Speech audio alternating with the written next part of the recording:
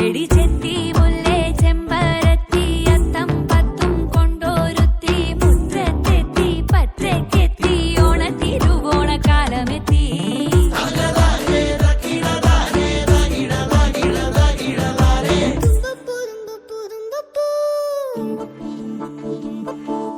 തുമ്പയാണേ 10 മണിക്ക്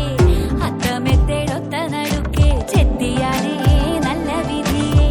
മുറ്റത്തുള്ള ഭാഗ്യവതിയെ ചെമ്പരത്തി കൊണ്ട് താഴി വെക്ക്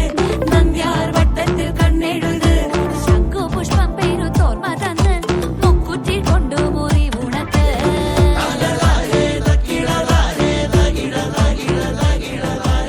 ഓണമെത്തി.